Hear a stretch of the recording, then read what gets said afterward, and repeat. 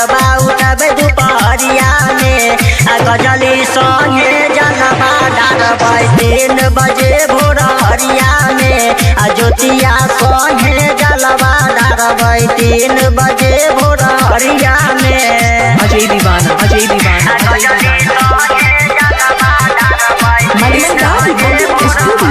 रमेश नगर दिल्ली।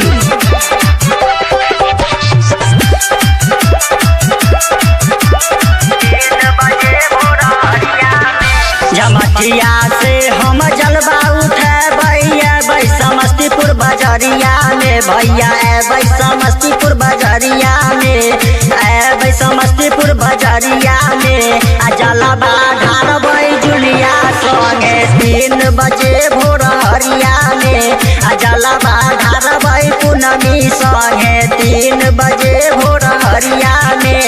अजय दीवाना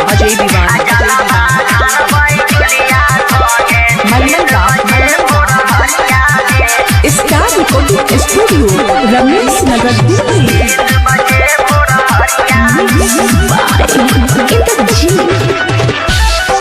बड़ा भीड़ रहै छै भैया जटमलपुर के मेला में जटमलपुर के मेला में जटमलपुर के मेला में जलवा ढारबै सिलिया संगे 3 बजे भोरहरिया में जलवा ढारबै सिलिया संगे 3 बजे भोरहरिया में।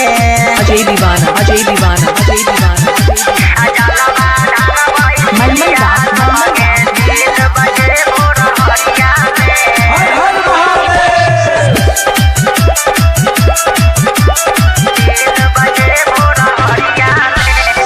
राइटर अजय जितेंद्र सुधीर चलेला डगरिया में माई सुधीर चलेला डगरिया में बाबा मनीष चलेला डगरिया में पूनमी संगे जलवा ढारबै 3 बजे भोरहरिया में जलवा ढारबै सिलिया संगे 3 बजे भोरहरिया में। झमटिया हम जबै कामर के लेबै जलवा उठबै दोपहरिया में हम जलवा उठबै दोपहरिया में गजली संगे जलवा ढारबै 3 बजे भोरहरिया में ज्योतिया संगे जलवा ढारबै 3 बजे